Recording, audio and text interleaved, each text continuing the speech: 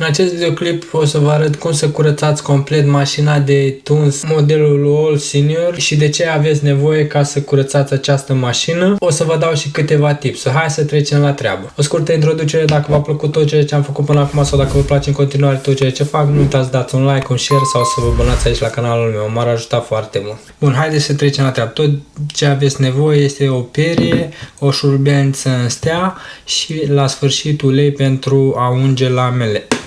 O să pun acest prosop aici ca să se vadă mai bine și să curăț pe prosop. O să curăț și cu prosopul. O să încep prin a desface aceste 3 șuruburi.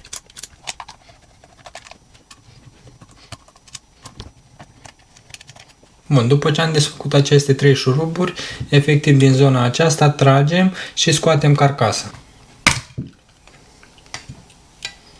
După ce am scos carcasa, o să o curățim. Efectiv, după cum vedeți, se adună fire de păr. După ce am curățit carcasa, o să curățim și marginea aceasta. Apoi, dacă vreți să curățiți și în interior, efectiv, ridicați bateria și curățiți și în interior. După ce ați curățit în interior, puneți bateria la loc. Circuitul mașinii pe poziție. Are un locaș al lui. Îl apăsați și gata. După ce am curățat mașina în zona aceasta, acum o să curățăm lamele în zona aceasta. O să desfac aceste 2 șuruburi, iar apoi desfac levierul și o să desamblăm tot. Și o să curățăm cuțitul și apoi le ansamblăm la loc. După ce desfaceți a doilea șurub, efectiv țineți cu aceste 2 degete de cuțit. După cum vedeți, am dat jos suportul pe care este cuțitul. Acum o să dăm jos și cuțitul mașinii, iar apoi când ajungem la suportul pe care este cuțitul, efectiv ținem cu degetul mare și cu șurubelnița împingem acest suport afară. După cum vedeți, arcul l-am împins afară, o să-l punem deoparte și acum o să desfacem și levierul.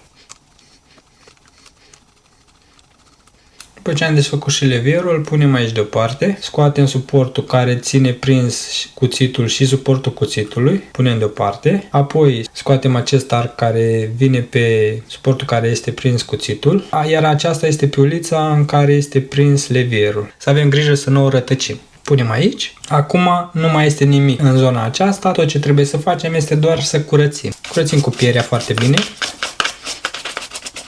și pe aceste canale.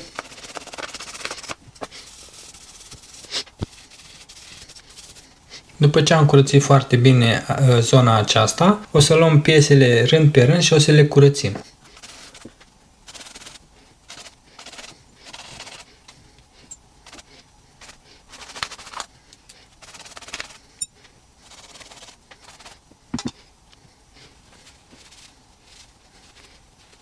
Acum, după ce am terminat de curățat piesele una câte una foarte bine, trebuie să le punem la loc. Și începem cu piulița în care este prins levierul, o punem în zona aceasta la loc. Apoi punem suportul de care este prins cuțitul și suportul cuțitului. Punem acest arc la loc. Iar apoi vinem și prindem levierul. După cum vedeți, suportul pe care stă cuțitul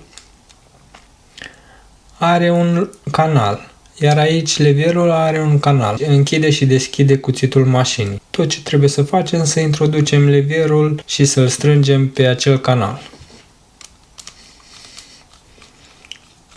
Nu strângem foarte tare, la sfârșit o să reglăm după cum dorim. Să nu fie nici prea strâns, dar nici prea lejer.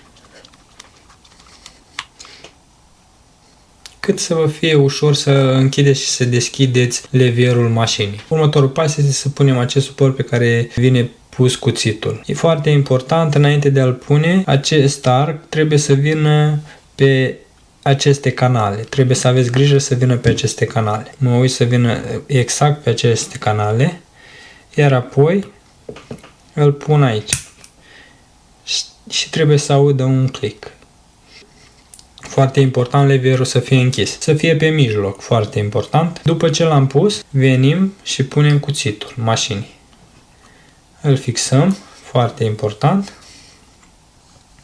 Apoi, următorul pas este de a aplica ulei pe cuțit și pe suportul care ține cuțitul. Punem foarte puțin. Întindem uleiul peste tot. Iar apoi punem suportul care ține cuțitul și îl prindem. Iar apoi venim și prindem cele două șuruburi.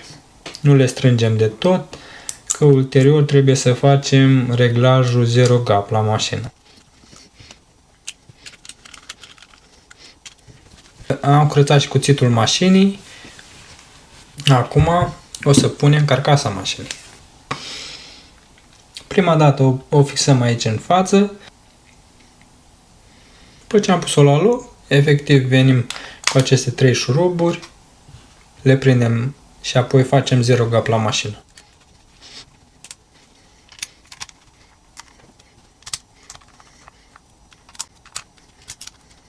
Am strâns carcasa, iar acum haide să reglăm 0 gap. Cum facem? Cuțitul să fie efectiv, să fie pe mijloc, iar în partea din spate acest suport al cuțitului să fie la fel raportat la acest suport de care este prins, să fie la mijloc. Cuțitul mașinii la fel să fie la mijloc, iar acum venim și îl reglăm la așa fel încât în partea din stânga și în partea din dreapta să fie aceeași distanță. Apoi venim, strângem un pic din partea dreaptă și un pic din partea stângă.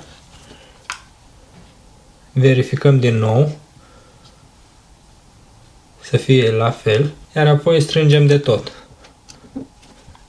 Acum, tot ce trebuie să facem este să venim să testăm pe noi. Prima dată testăm pe noi, iar apoi, dacă nu pișcă, înseamnă că este reglată cum trebuie.